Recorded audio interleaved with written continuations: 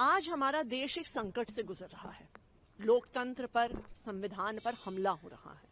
हमारी आंखों के सामने वेस्ट बंगाल का इलेक्शन चुराया जा रहा है। गलत तरीके से वोट काटे जा रहे हैं। बीजेपी के कार्यकर्ता गलत तरीके से वोट बनवा रहे हैं। एडमिनिस्ट्रेशन पे कैप्चर हो गया है। दिल्ली में भी यही हुआ था।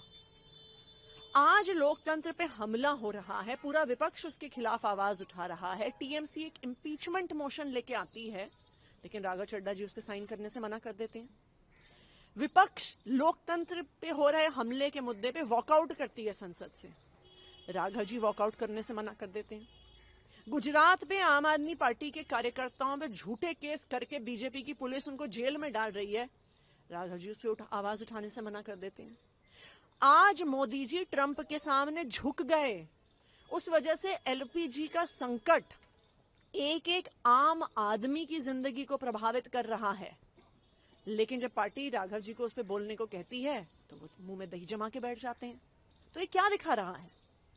ये दिखा रहा है कि आज राघव जी बीजेपी पे सवाल उठाने से डर रहे हैं, मोदी जी के खिलाफ आवाज उठाने से डर रहे हैं। और शायद आज ऐसा लगता है कि 2 साल पहले जब अरविंद केजरीवाल जी की गिरफ्तारी हुई थी तो उन्होंने जिस प्रकार से कहा था कि मेरी आंखों का ऑपरेशन है, इस वजह से मैं भारत से बाहर हूं, शायद तब भी वो मोदी जी से डर गए थे। आपने बोला कि डर रहे हैं, क्या रीजन है डरने का? उनको क्या रीजन हो सकते हैं? देखिए, रीजन तो सबके सामने है। बीजेपी का एक तरीका है कि जो उनके खिलाफ बोलता है उस पर ईडी का केस होता है, उस पर सीबीआई का केस होता है, उस पर फर्जी आरोप लगाए आते हैं, उसको जेल भेजा जाता है, जो आम आदमी पार्टी के सारे नेताओं के साथ हुआ। आज भी गुजरात में वही हो रहा है।